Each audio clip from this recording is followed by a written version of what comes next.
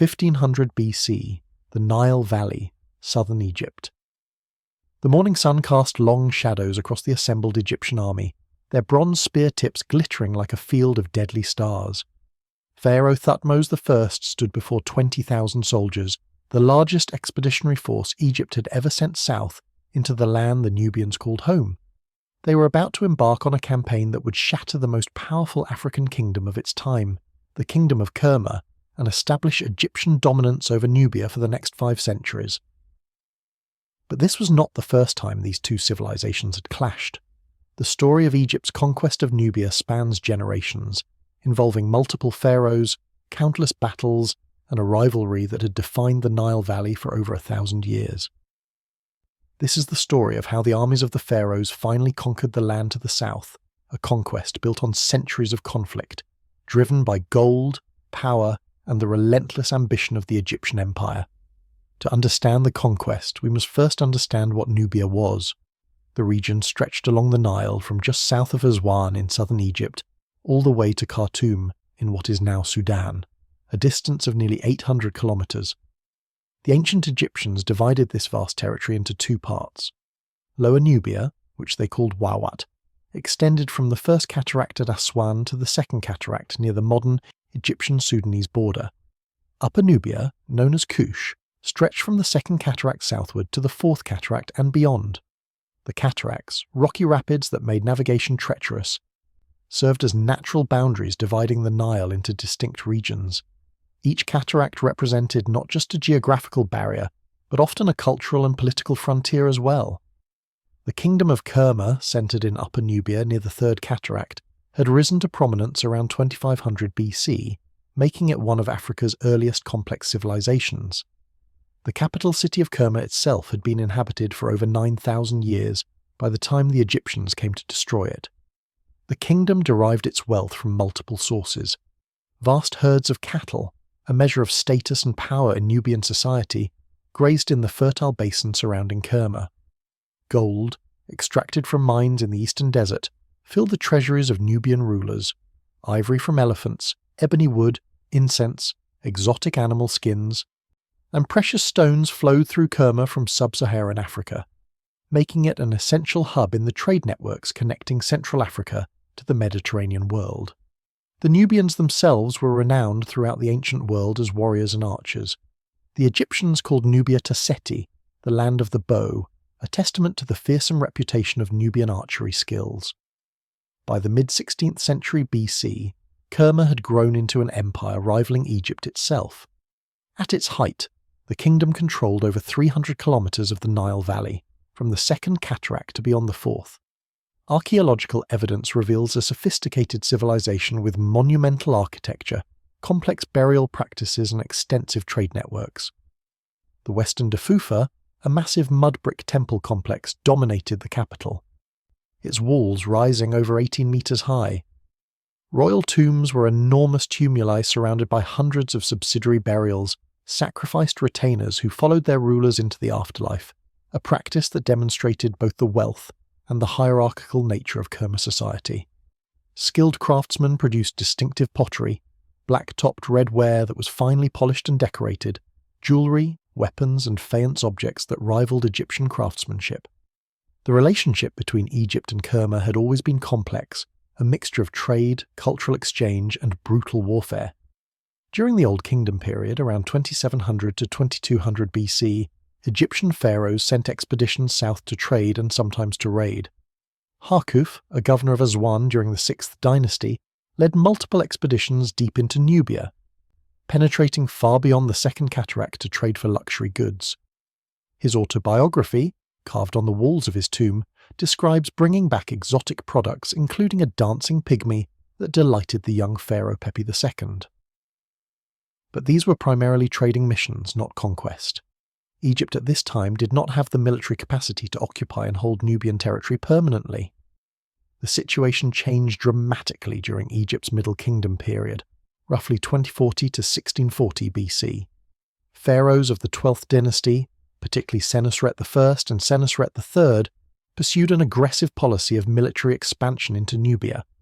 Around 1915 BC, Senusret I invaded Nubia and gave the land south of the Second Cataract the name Kush, the term that would define Upper Nubia for centuries. The Egyptians built a chain of massive mud brick fortresses along the Nile, creating a militarized border zone designed to control trade and prevent Nubian expansion northward. Fortresses at Buan, Magisa, Semna, and Kor became centers of Egyptian power in Lower Nubia. These were not simple outposts but sophisticated military installations with double walls, moats, bastions for archers, and elaborate gate systems. The fortress at Buan covered over 13,000 square meters and could garrison hundreds of soldiers. These fortifications represented Egypt's determination to control the lucrative trade routes and gold mines of Nubia. But the kingdom of Kerma was not passive in the face of Egyptian aggression. As Egypt's Middle Kingdom weakened in the 17th century BC, Kerma seized the opportunity to expand northward. The rulers of Kerma, whose names we do not know because they left no written records, allied themselves with a foreign people who had seized control of northern Egypt, the Hyksos.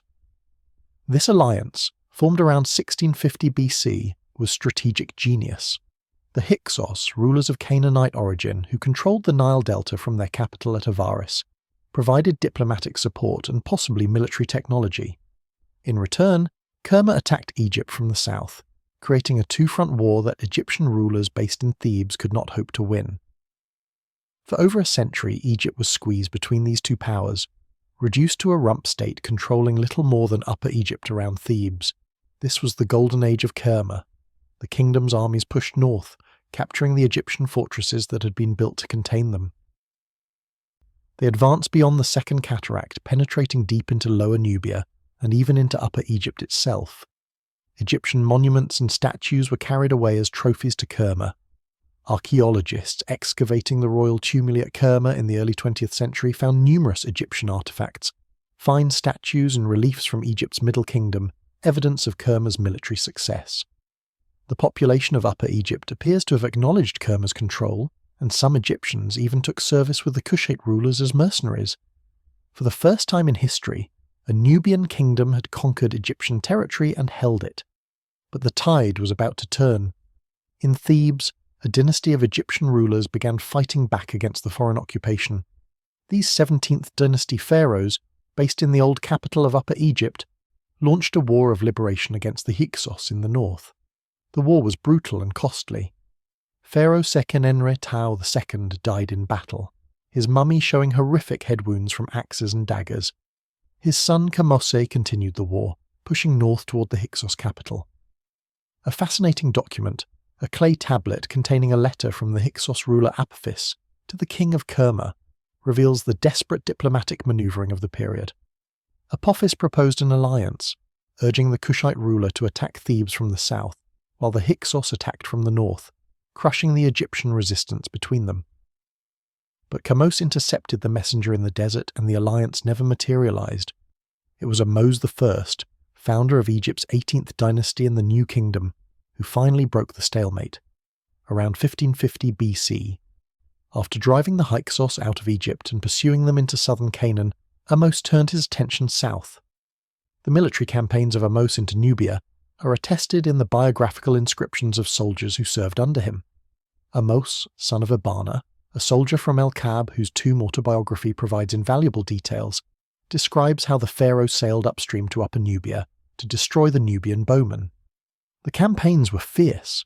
The Nubians, described in Egyptian texts as exceptionally skilled archers, did not surrender easily. But Ahmose's army, hardened by years of war against the Hyksos, proved unstoppable. Egyptian forces recaptured the fortresses in Lower Nubia that had been lost during the Second Intermediate period. The frontier was pushed south to the Second Cataract once again. But Ahmose's campaigns, while successful, did not destroy the kingdom of Kerma. That task fell to his son, Amenhotep I, who ruled from approximately 1514 to 1493 BC, intensified the military pressure on Nubia. Two soldiers who served under him, Ahmose, son of Abana, and Ahmose pen Nekhabet, left detailed accounts of his Nubian campaigns in their tomb inscriptions. Amenhotep sought to expand Egypt's border far into Nubian territory, and he led invasion forces deep into Kush. The inscriptions describe battles, the subjugation of local rulers, and the establishment of Egyptian forts or garrisons to maintain control. One campaign pushed Egyptian forces to at least the Third Cataract, possibly establishing a frontier on Sai Island, well into what had been Kerma's heartland.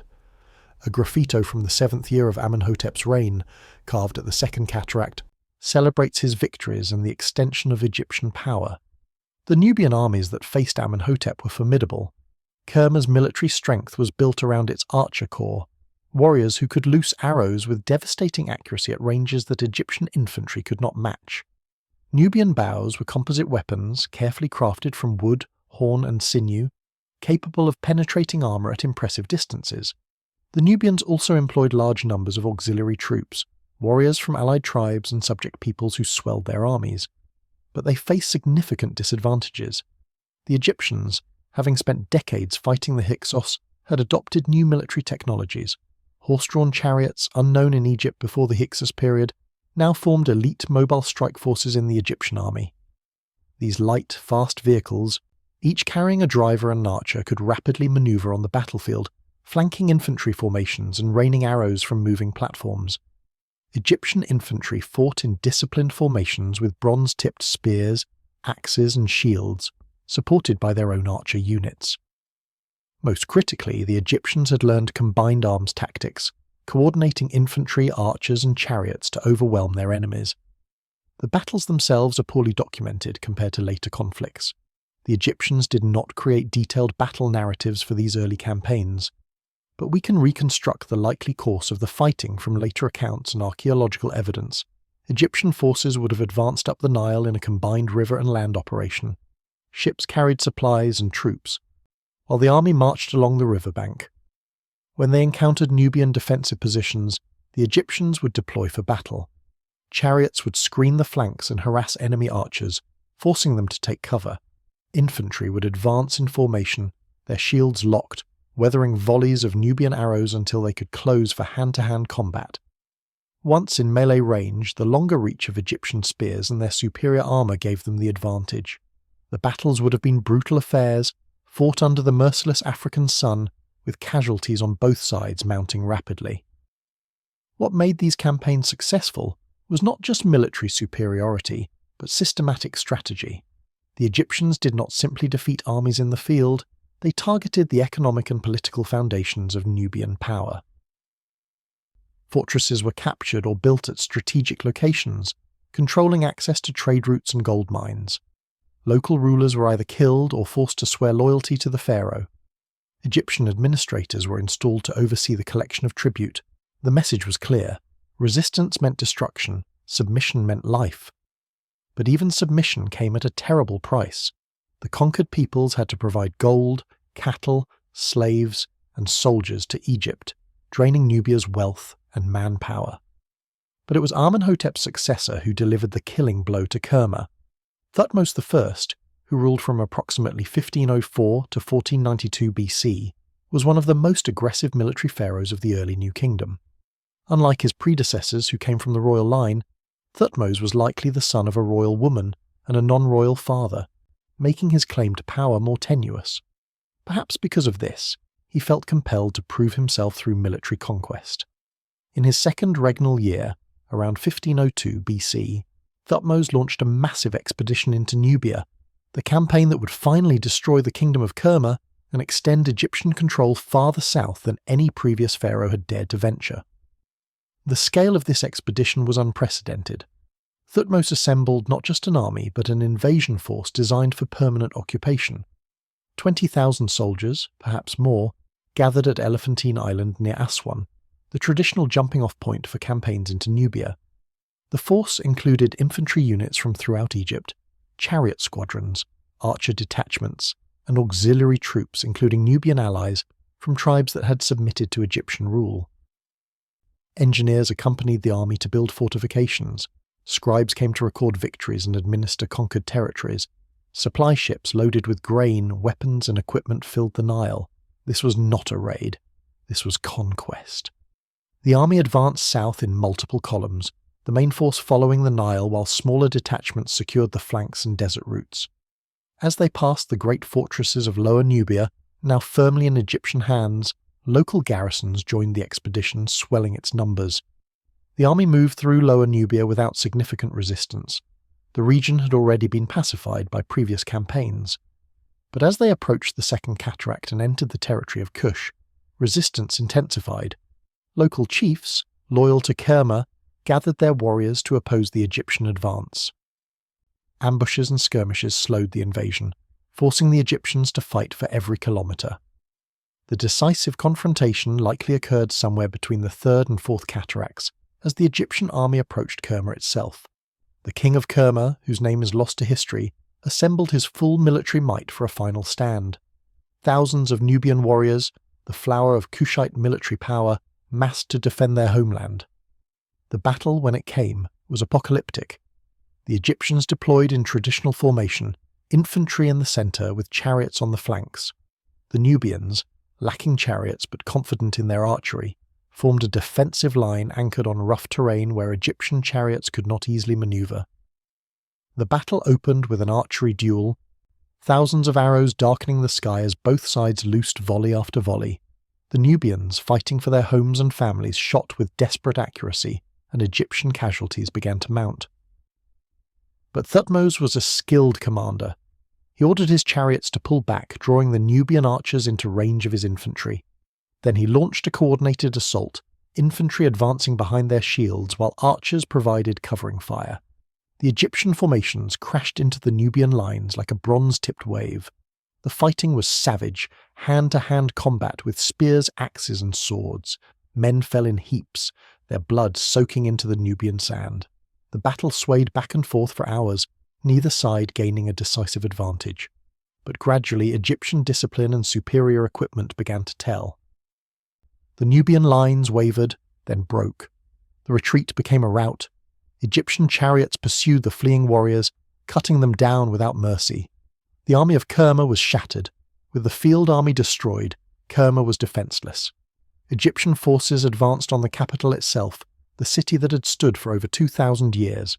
What happened next was systematic destruction. The Egyptians did not occupy Kerma. They obliterated it. The royal palace was burned. The western Defufa, the great temple that had been the spiritual heart of the kingdom, was damaged and desecrated. The royal tombs, where generations of Kerma's rulers lay with their sacrificed retainers and treasure, were plundered.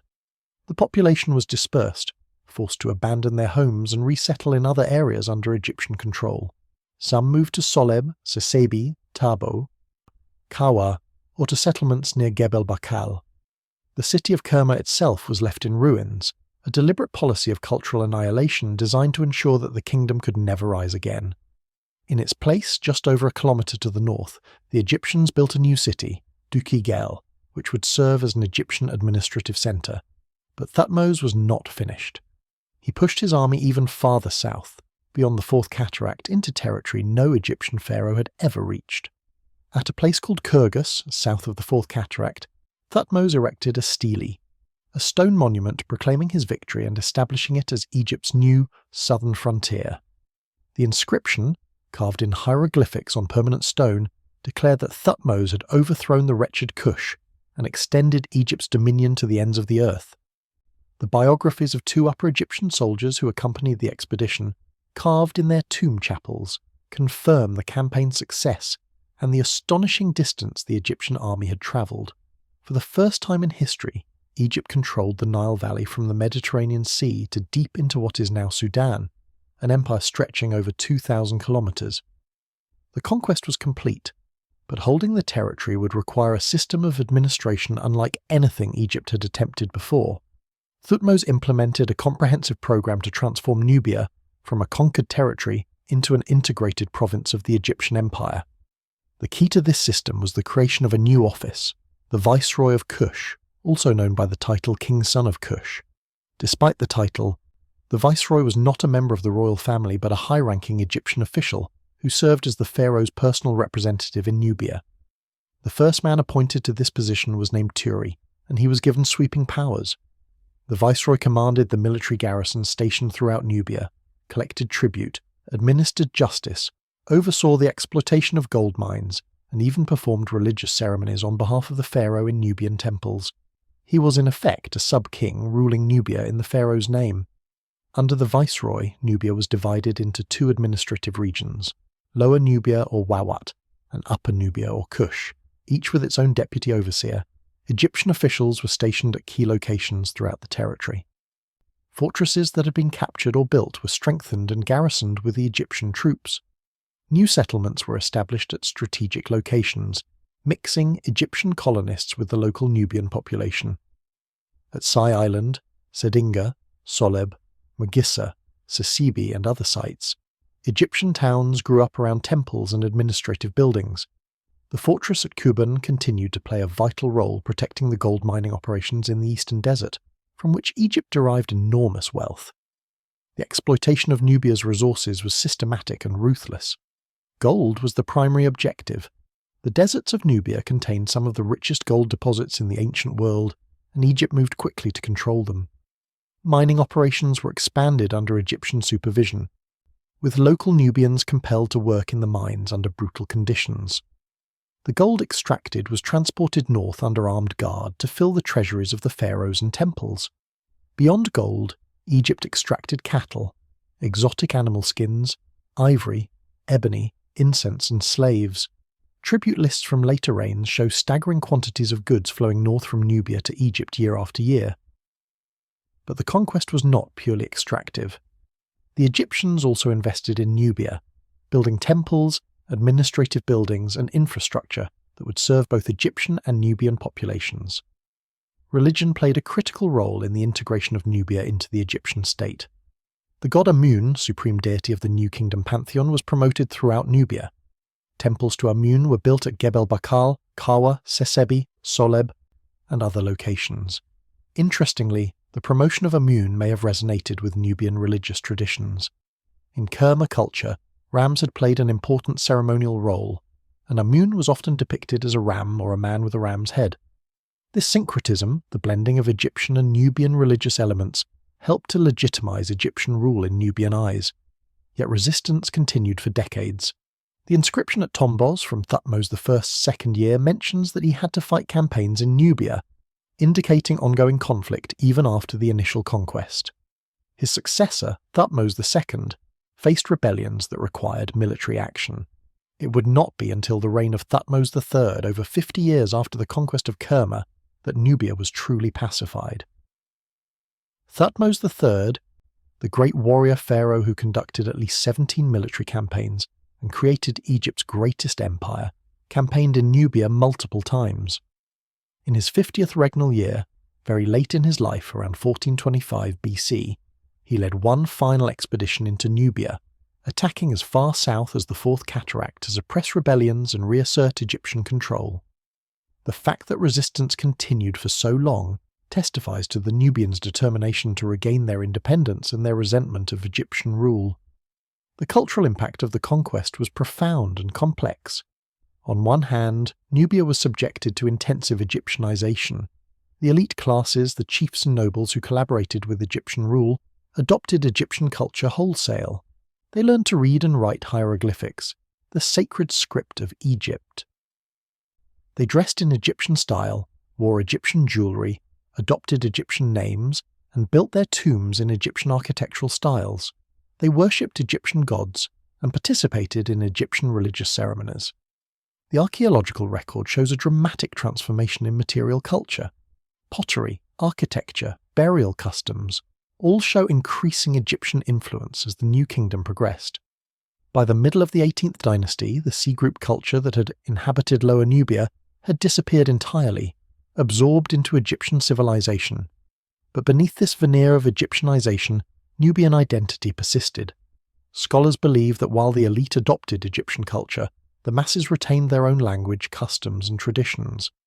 In villages and rural areas far from Egyptian administrative centres, Nubians continued to live much as they had before the conquest, speaking their own language, following their own customs, maintaining their own social structures. The Egyptians, practical administrators that they were, did not attempt total cultural annihilation. As long as tribute was paid and rebellion suppressed, local customs were tolerated. This cultural duality would have profound consequences centuries later when Nubia regained its independence. The economic integration of Nubia into the Egyptian Empire was transformative for both regions. Egypt gained access to gold in unprecedented quantities. The tribute lists from later pharaohs show deliveries of gold measured in talents and deben, totaling thousands of kilograms per year. This wealth funded the great building projects of the new kingdom, the massive temples at Karnak, Luxor, and Abu Simbel, the royal tombs in the Valley of the Kings, the expansion of the Egyptian military.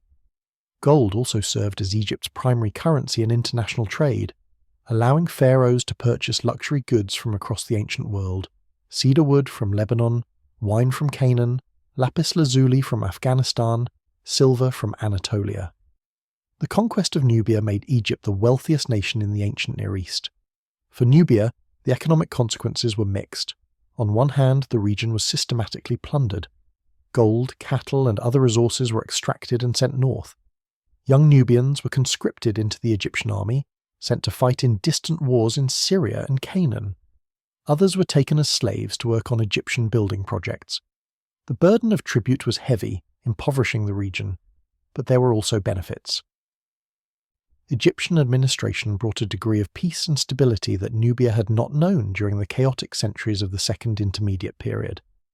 Trade networks were secured, allowing goods to flow more easily between Central Africa and the Mediterranean world. Egyptian investment in temples and settlements created new economic opportunities. Nubians who served in the Egyptian military or administration could accumulate wealth and status. The relationship was exploitative but not entirely one-sided. The military presence that sustained Egyptian rule was substantial. Garrisons were maintained at all the major fortresses and towns throughout Nubia. The viceroy commanded his own military forces independent of the main Egyptian army. In times of crisis, these forces could be reinforced by troops sent from Egypt. The soldiers who manned these garrisons were professional warriors, veterans who served for long periods far from their homes in Egypt. Some married local Nubian women and raised families in Nubia, creating a mixed Egyptian-Nubian population that would become increasingly important over time. The military colonies established at places like Sai Island and Soleb were essentially Egyptian cities transplanted to Nubia, complete with temples, administrative buildings, and residential quarters for soldiers and officials. One of the most famous Egyptian constructions in Nubia came during the reign of Ramesses II, nearly 3 centuries after the conquest. The temples at Abu Simbel, carved directly into the mountainside, represent the pinnacle of Egyptian monumental architecture in Nubia. The Great Temple features 4 colossal statues of Ramesses, each over 20 meters high, flanking the entrance. Inside, the temple halls and sanctuary are covered with reliefs depicting Ramesses' military victories and religious ceremonies. The smaller temple, dedicated to his chief queen Nefertari and the goddess Hathor, is equally impressive. These temples served multiple purposes. They were houses of the gods where religious ceremonies were performed. They were propaganda, demonstrating Egyptian power and the divine status of the pharaoh to the Nubian population. They were statements of ownership, permanent marks of Egyptian dominion carved into the living rock of Nubia itself. But as impressive as these monuments were, they could not prevent the eventual decline of Egyptian power in Nubia. By the late 20th dynasty, around 1100 BC, Egypt itself was fragmenting. Central authority weakened as powerful priests and military commanders asserted their independence. The civil wars that racked Egypt in this period saw even the viceroy of Kush, a man named Panhesi, revolt against the pharaoh. In 1098 to 1088 BC, Thebes became the scene of a civil war between Panhesi and the high priest of Amun. When Egyptian forces finally pushed Panhesi out of Egypt, he retreated into Lower Nubia with his army, effectively taking that region with him. Egyptian control over Nubia was slipping. Over the following centuries, as Egypt descended into the chaos of the Third Intermediate Period, Nubian independence gradually reasserted itself. Local rulers in Upper Nubia around Napata and Gebel Barkal began to consolidate power. They had been thoroughly Egyptianized during the centuries of occupation, adopting Egyptian religion, Egyptian kingship ideology, Egyptian culture. But they were Nubians, descendants of the people who had resisted Egyptian conquest for so long. Around 750 BC, a Nubian king named Kashtar peacefully became king of Upper Egypt, while his daughter, Ameniadis, was appointed divine adoratress of Amun in Thebes, effectively controlling that city. His successor Piye invaded Lower Egypt around 740 BC, conquering the entire country and establishing the 25th dynasty, the Kushite dynasty, when Nubian kings ruled Egypt as pharaohs. The irony was profound. The descendants of the people who had been conquered and dominated by Egypt for 5 centuries returned to conquer their former masters. Nubian pharaohs like Piye, Shabaka, and Taharqa ruled Egypt for nearly a century, building monuments, defending Egypt against Assyrian invasions, promoting Egyptian religion and culture. They saw themselves as the true guardians of Egyptian civilization, more faithful to traditional Egyptian values than the fractured kingdoms of the north. Their rule represents one of the most remarkable reversals of fortune in ancient history. The conquered became conquerors. The periphery became the center. Nubia, which Egypt had sought to dominate and exploit, ended up ruling Egypt itself. The conquest of Nubia by Thutmose I and his predecessors was one of the defining events of the ancient world. It expanded Egypt's empire to its greatest territorial extent, provided the wealth that funded Egypt's golden age, and brought 2 great civilizations into intimate contact for centuries. The violence of the conquest, the systematic destruction of Kerma, the exploitation of Nubian resources and people, these were brutal realities that should not be minimized. But the relationship that developed over the 5 centuries of Egyptian rule was complex and multifaceted, involving cultural exchange, economic integration, and the gradual development of a hybrid Egyptian-Nubian civilization that would ultimately produce the 25th dynasty.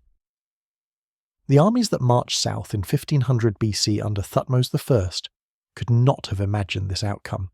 They went to conquer and to plunder, to extend the power of Egypt and their pharaoh to the ends of the earth. They succeeded beyond measure. Kerma was destroyed, Nubia was conquered, and Egypt became an empire. The gold of Nubia filled Egyptian treasuries. Nubian soldiers fought in Egyptian armies. Nubian nobles adopted Egyptian culture.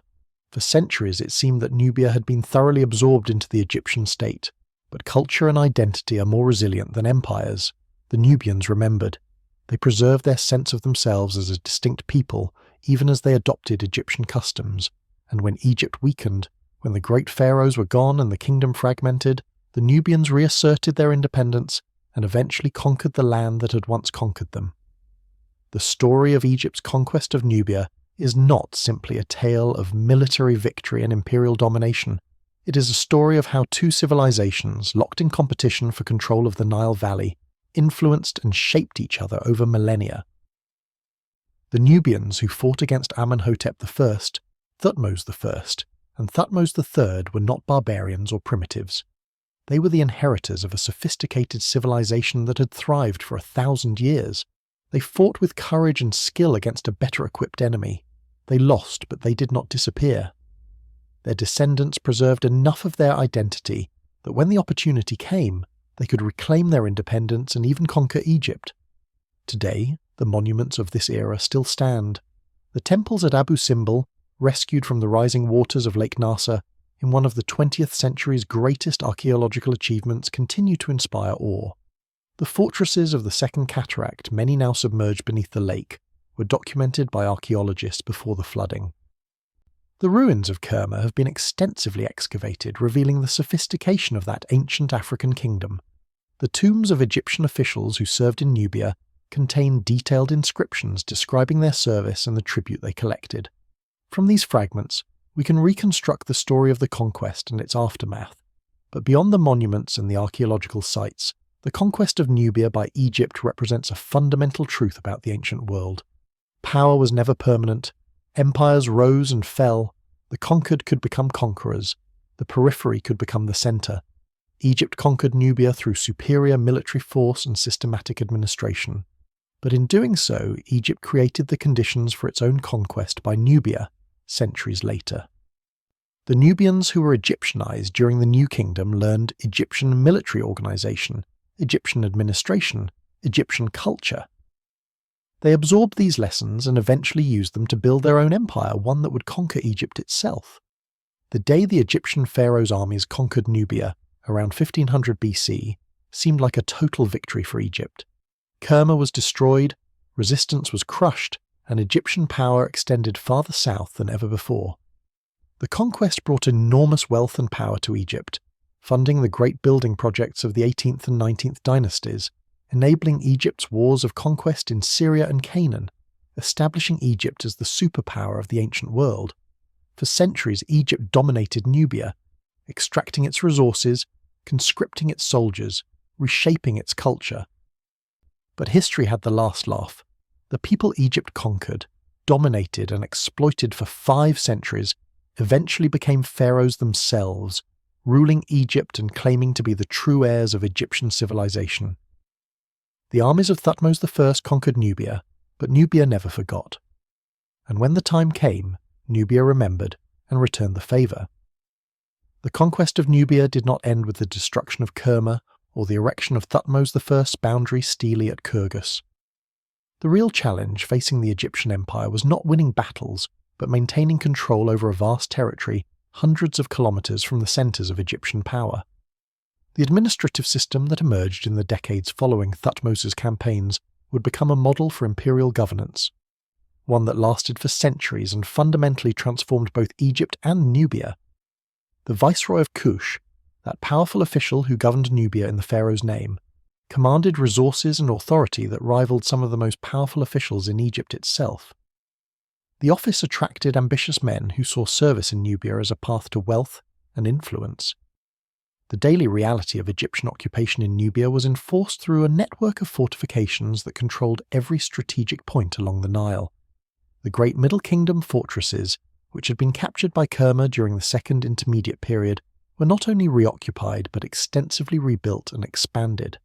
At Buin, just north of the Second Cataract, the Egyptians transformed the massive fortress into a provincial capital. The outer walls were strengthened, the garrison expanded, and a substantial town grew up around the military installation. Temples were built inside the fortress walls, including one dedicated to the god Horus of Buin, creating a sacred Egyptian landscape in the heart of Nubia. Egyptian administrators lived in comfortable houses with multiple rooms, courtyards, and even bathrooms with drainage systems. The contrast between these residences and the simpler dwellings of the Nubian population outside the fortress walls was stark and deliberate, a physical manifestation of the power hierarchy. Sai Island, strategically located in Upper Nubia near the Third Cataract, became one of the most important Egyptian centres in the region. The settlement established there during Thutmose I's reign grew into a major administrative and military hub. Archaeological excavations have revealed a planned town with regular street layouts, large administrative buildings, workshops, and temples. The population included Egyptian officials, soldiers, craftsmen, and priests, along with Nubians who worked as labourers, servants, and auxiliary troops. The town had its own production facilities for pottery, metalwork, and other goods, making it largely self-sufficient. A massive mud brick enclosure wall surrounded the settlement, providing protection against any potential uprising. The Egyptians were not taking chances. They built their colonial infrastructure to last, creating permanent Egyptian cities on Nubian soil. The gold mines of Nubia were the economic engine that made the entire imperial enterprise worthwhile. The Wadi al-Laki in the eastern desert between the Nile and the Red Sea contained some of the richest gold deposits in the ancient world. Egyptian mining operations there were industrial in scale. Thousands of workers, many of them conscripted Nubians, but also including prisoners of war from Egypt's campaigns in Asia, toiled in the mines under brutal conditions. The work was dangerous and exhausting. Miners dug deep shafts into the bedrock following gold-bearing quartz veins. They worked by lamplight in suffocating heat, breaking the rock with copper and bronze tools, then hauling the ore to the surface in baskets. The ore was crushed in stone mortars, washed to separate the gold from the rock, then smelted in furnaces to produce ingots that could be transported to Egypt. The scale of these operations was staggering.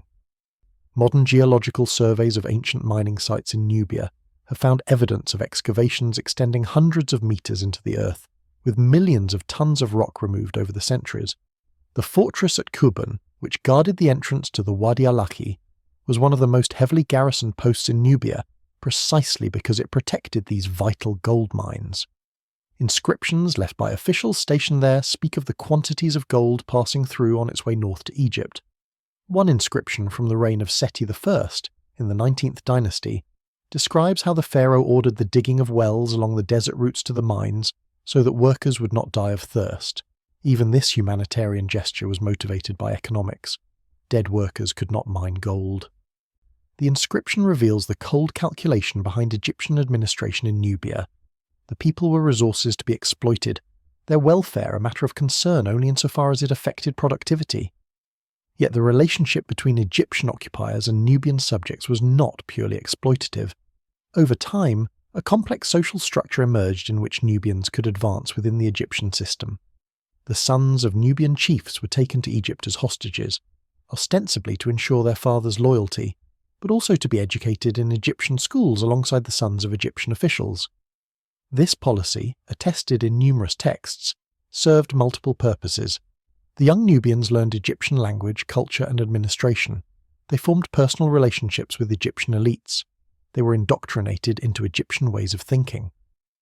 When they returned to Nubia to inherit their father's positions, they were thoroughly Egyptianized, loyal to Egypt and unlikely to rebel. Some of these Nubian nobles rose to high positions in the Egyptian administration. There are records of Nubians serving as mayors of Egyptian towns, commanders of military units, and even as high-ranking priests in Egyptian temples. The military integration of Nubia into the Egyptian Empire was particularly significant. Nubian soldiers, renowned for their skill with the bow, were actively recruited into the Egyptian army. Entire military units composed of Nubian archers became standard components of Egyptian military forces. These troops fought in Egypt's wars throughout the Near East, participating in campaigns in Syria, Canaan, and even Anatolia. The Medjay, originally a term for a specific Nubian ethnic group, became a designation for elite paramilitary police units that served throughout Egypt and the empire. By the late New Kingdom, the term Medjay had lost its ethnic meaning entirely and simply referred to these police forces, though many of their members continued to be of Nubian origin. This military service provided a path to social advancement for Nubians, a way to escape the poverty and exploitation that characterized life for most of the conquered population. Religious transformation was perhaps the most profound aspect of the Egyptianization of Nubia. The construction of temples throughout Nubia was not simply an architectural project, but a deliberate program of cultural imperialism. The great temple at Gebel Barkal, near the Fourth Cataract at the site of modern Karima in Sudan, became one of the most important religious centers in all of Nubia. The location was chosen for its dramatic natural feature, a flat-topped sandstone mesa that rose abruptly from the desert floor. The Egyptians saw in this mesa a natural representation of the primordial mound that featured in their creation mythology, the first land that emerged from the waters of chaos at the beginning of time. They believed the mountain was sacred to Amun, the king of the gods, and they built a massive temple complex at its base. The Temple of Amun at Gebel Barkal became the southern counterpart to the Great Temple of Amun at Karnak in Thebes. The Egyptian priests who served there performed elaborate rituals, making offerings to the god, reciting hymns and prayers, maintaining the daily cult that was central to Egyptian religion. But they also trained Nubian priests in these same rituals, spreading Egyptian religious practices throughout the local population. The temple owned vast estates, including agricultural lands, herds of cattle, and workshops staffed by hundreds of workers. It was an economic powerhouse, as well as a religious centre. The high priest of Amun at Gebel Barkal was one of the most powerful men in Nubia, commanding resources that rivaled those of the viceroy himself. Other major temples were built at Soleb, Sisebi, Kawa, and numerous other locations. Amenhotep III, one of Egypt's most prolific builders, constructed a magnificent temple at Soleb in the 14th century BC that was modelled on his mortuary temple on the west bank at Thebes. The temple featured massive columns, colossal statues, and reliefs depicting the pharaoh as a god. The message was unmistakable. The pharaoh was divine, his power absolute, his rule ordained by the gods themselves. The Nubians who came to these temples to witness the rituals, to bring offerings, to petition the gods, were being taught to see themselves as subjects of a divine king whose authority came from heaven itself. Yet beneath this program of religious indoctrination, Nubian religious beliefs persisted. Archaeological evidence suggests that many Nubians continued to worship their traditional deities alongside the Egyptian gods. Small shrines and household altars dedicated to local gods have been found at numerous sites. Burial practices, while increasingly influenced by Egyptian customs, retained distinctively Nubian elements. The pottery placed in graves, the arrangement of the body, the types of grave goods, all show a blending of Egyptian and Nubian traditions rather than a complete adoption of Egyptian practices. The Nubians were pragmatic. They participated in Egyptian religious life as required by their overlords, but they did not entirely abandon their own spiritual heritage. The economic burden of Egyptian rule was immense and carefully documented. Tribute lists from the reigns of various pharaohs, preserved in tomb paintings and temple inscriptions, detail the staggering quantities of goods extracted from Nubia annually. A famous scene from the tomb of Hui, viceroy of Kush under Tutankhamun in the mid-14th century BC, shows Nubian tribute bearers bringing their goods to the pharaoh. The list includes 330 deben of gold, approximately 30 kilograms. That was from a single year. Over the course of the New Kingdom, Egypt extracted tons of gold from Nubia, wealth that funded the empire's military campaigns and monumental building projects.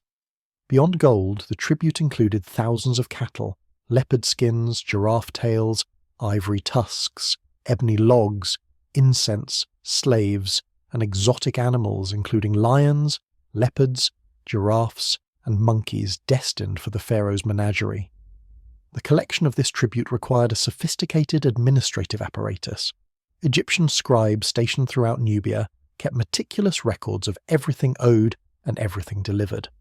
Local Nubian chiefs were held personally responsible for collecting the required tribute from their territories. Failure to meet quotas could result in punishment, including the removal of the chief and his replacement with someone more compliant. The system created a class of Nubian collaborators, local elites who maintained their positions by efficiently exploiting their own people on behalf of the Egyptian overlords. This divide between the Nubian ruling class, who benefited from cooperation with Egypt, and the common people, who bore the burden of tribute and labour, created social tensions that would simmer for centuries. The policy of population transfer was another tool of Egyptian control. When rebellions occurred, as they periodically did, the Egyptians did not simply defeat the rebels militarily. They uprooted entire communities, forcibly relocating them to other parts of Nubia or even to Egypt itself. This broke up existing social networks, destroyed local power structures, and made future organised resistance more difficult. Conversely, the Egyptians also relocated loyal populations into strategic areas, settling them in newly built towns where they could serve as a counterweight to potentially rebellious locals. These population movements created a complex ethnic and cultural landscape in Nubia, with communities of mixed Egyptian and Nubian heritage living alongside more purely Nubian or Egyptian settlements. The reign of Thutmose III, who ruled for over 50 years in the mid-15th century BC, saw the consolidation and perfection of Egyptian control over Nubia. Thutmose conducted at least 17 military campaigns, most of them into Syria and Canaan, but he also campaigned repeatedly in Nubia to suppress rebellions and demonstrate Egyptian power. His Nubian campaigns, though less famous than his Asian wars, were militarily significant. In his 50th year, an elderly Thutmose personally led an army deep into Upper Nubia to crush a rebellion. The fact that the most successful warrior-pharaoh in Egyptian history felt compelled to campaign in Nubia so late in his reign demonstrates both the persistence of Nubian resistance and the importance Egypt placed on maintaining control of the region. Under Thutmose III, the administrative system in Nubia reached its mature form. The office of Viceroy of Kush gained additional powers and responsibilities. The viceroy now controlled not just the civil administration and military garrisons, but also the religious establishments, appointing priests and overseeing temple construction. He had his own bureaucracy, with subordinate officials managing different aspects of governance. The deputy for Wawat controlled Lower Nubia, while the deputy for Kush administered Upper Nubia. Below them were mayors of towns, commanders of fortresses, overseers of mines, tax collectors, scribes, and a host of other officials. The entire system was designed to extract maximum wealth from Nubia while maintaining security and preventing rebellion. The cultural impact of centuries of Egyptian rule created what scholars call the Napatan culture, named after the city of Napata near Gebel Barkal, that would later become the capital of an independent Nubian kingdom. This culture was thoroughly hybrid, combining Egyptian and Nubian elements in complex ways. The elite spoke and wrote Egyptian, used Egyptian titles, built tombs in Egyptian styles, and worshipped Egyptian gods. Yet they also maintained aspects of Nubian identity, speaking Nubian languages among themselves, following certain Nubian customs, and preserving memories of their pre-conquest past. This cultural duality was not a temporary phase, but became a permanent feature of Nubian civilization, one that would have profound implications when Egyptian power eventually waned. The reign of Amenhotep III in the 14th century BC represented the high point of Egyptian imperial power in Nubia. Amenhotep, ruling over an empire at peace and drowning in the gold of Nubia, conducted a massive building program throughout the region. His temple at Soleb was one of the largest and most magnificent ever built in Nubia. He also built temples at Sedinga, dedicated to his wife Queen Ti, and at other locations. The scale and quality of these structures demonstrated Egypt's wealth and power. They were built with the finest materials, decorated by the best artists, and staffed by hundreds of priests and workers. The festivals held at these temples, where the cult statues of the gods were paraded before the assembled crowds, were spectacular displays of Egyptian religious pageantry designed to awe and overawe the Nubian population. But even at the height of Egyptian power, resistance never entirely ceased. Small-scale rebellions, raids on caravans, attacks on isolated Egyptian outposts, these continued throughout the New Kingdom. The Egyptian response was consistently harsh. Rebels were hunted down and killed, their villages destroyed, their families enslaved or relocated. The hieroglyphic texts describing these punitive expeditions used stereotyped language about crushing the vile Kushites and extending the boundaries of Egypt. But beneath the propaganda, the reality was of an empire constantly struggling to maintain control over a resentful and resistant population. The religious reforms of Akhenaten in the mid-14th century BC disrupted the established order throughout the Egyptian empire, including Nubia. Akhenaten's attempt to replace the traditional Egyptian pantheon with worship of a single god, the Aten or sun disk, required closing temples throughout Egypt and Nubia and redirecting their resources to the new cult. The temple of Amun at Gebel Barkal, along with temples throughout Nubia, was closed and its priesthood dismissed. This religious revolution was deeply unpopular in Nubia, where the cult of Amun had become central to the hybrid Egyptian-Nubian culture. When Akhenaten died and his successors, including Tutankhamun, restored the traditional religion, the reopening of the temples in Nubia was greeted with relief and celebration. But the episode had demonstrated the fragility of Egyptian control, how dependent it was on the cooperation of local elites and the legitimacy provided by shared religious beliefs. The 19th dynasty, beginning around 1292 BC, saw renewed military activity in Nubia. Seti I campaigned there early in his reign to suppress rebellions that had erupted during the chaos following Akhenaten's religious revolution. His son, Ramesses II, the most famous pharaoh of the New Kingdom, continued the policy of military presence backed by monumental building projects. The temples at Abu Simbel, constructed in Ramesses' 30th regnal year around 1250 BC, were the ultimate expression of Egyptian imperial ideology. The 4 colossal statues of Ramesses that flank the entrance to the Great Temple are each over 20 meters high, carved directly from the living rock of the mountain. Inside, the temple extends 60 meters into the mountain, its halls and chambers decorated with scenes of Ramesses defeating Egypt's enemies, including Nubians, and making offerings to the gods. The smaller temple at Abu Simbel, dedicated to Queen Nefertari and the goddess Hathor, is equally impressive. The facade features 6 colossal statues, 4 of Ramesses and 2 of Nefertari, each about 10 meters high. The fact that Nefertari is depicted at the same scale as the pharaoh was unprecedented and demonstrated her unusual importance. Inside, the temple is decorated with scenes of the queen performing religious rituals alongside her husband. These temples served multiple functions. They were active houses of worship where daily rituals were performed. They were statements of Egyptian power, visible from great distances, impossible to ignore. They were also practical instruments of control, employing hundreds of Nubian workers in their construction and operation, providing a stake in the Egyptian system for those who served them. Ramesses II's reign, which lasted 66 years, saw the final flowering of Egyptian power in Nubia. The tribute continued to flow north in vast quantities. The gold mines operated at maximum capacity. The temples grew wealthy from their estates and donations. The Egyptian administration was firmly entrenched. Yet beneath the surface, changes were occurring that would eventually undermine Egyptian control. The Egyptian population in Nubia, the soldiers, officials, and priests who enforced Egyptian rule, were increasingly intermarrying with the local Nubian population. Their children, of mixed heritage, identified as Egyptian, but also had ties to Nubian families and communities.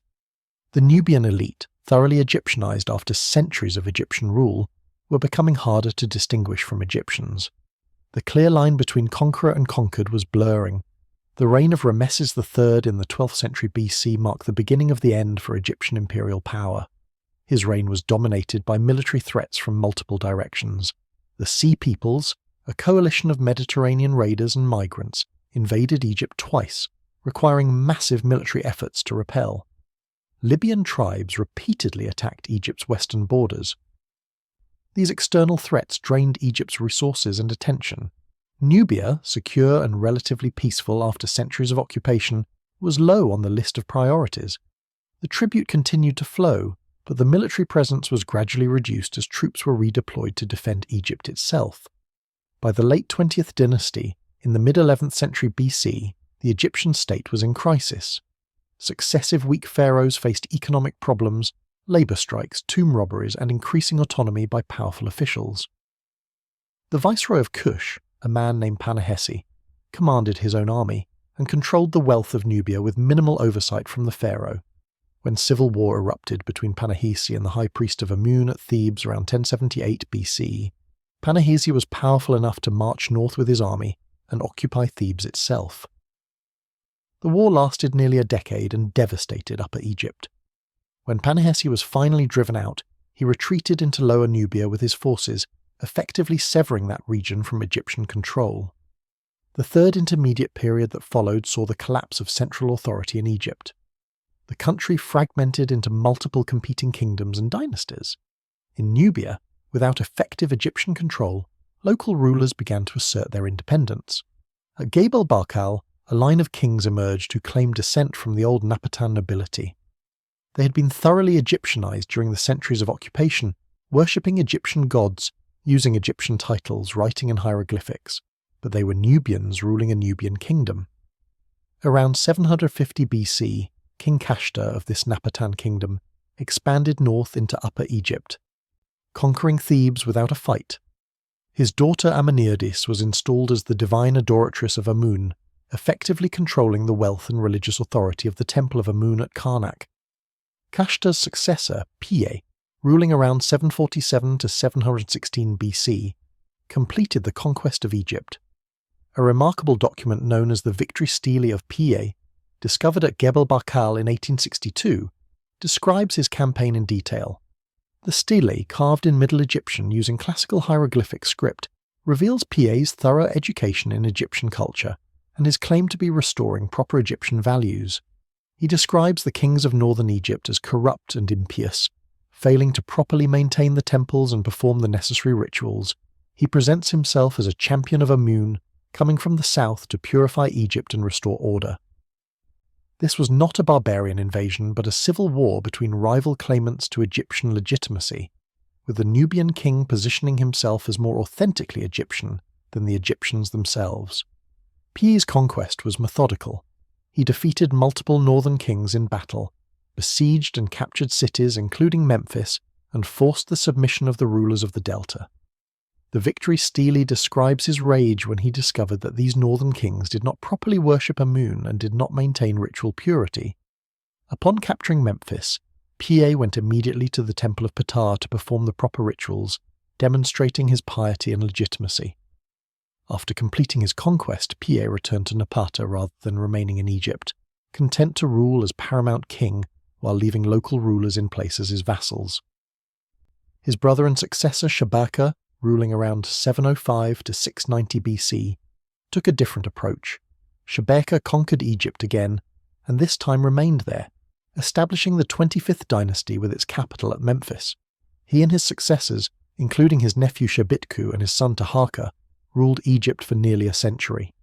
They built monuments, restored temples, revived Old Kingdom artistic styles, and presented themselves as traditional Egyptian pharaohs.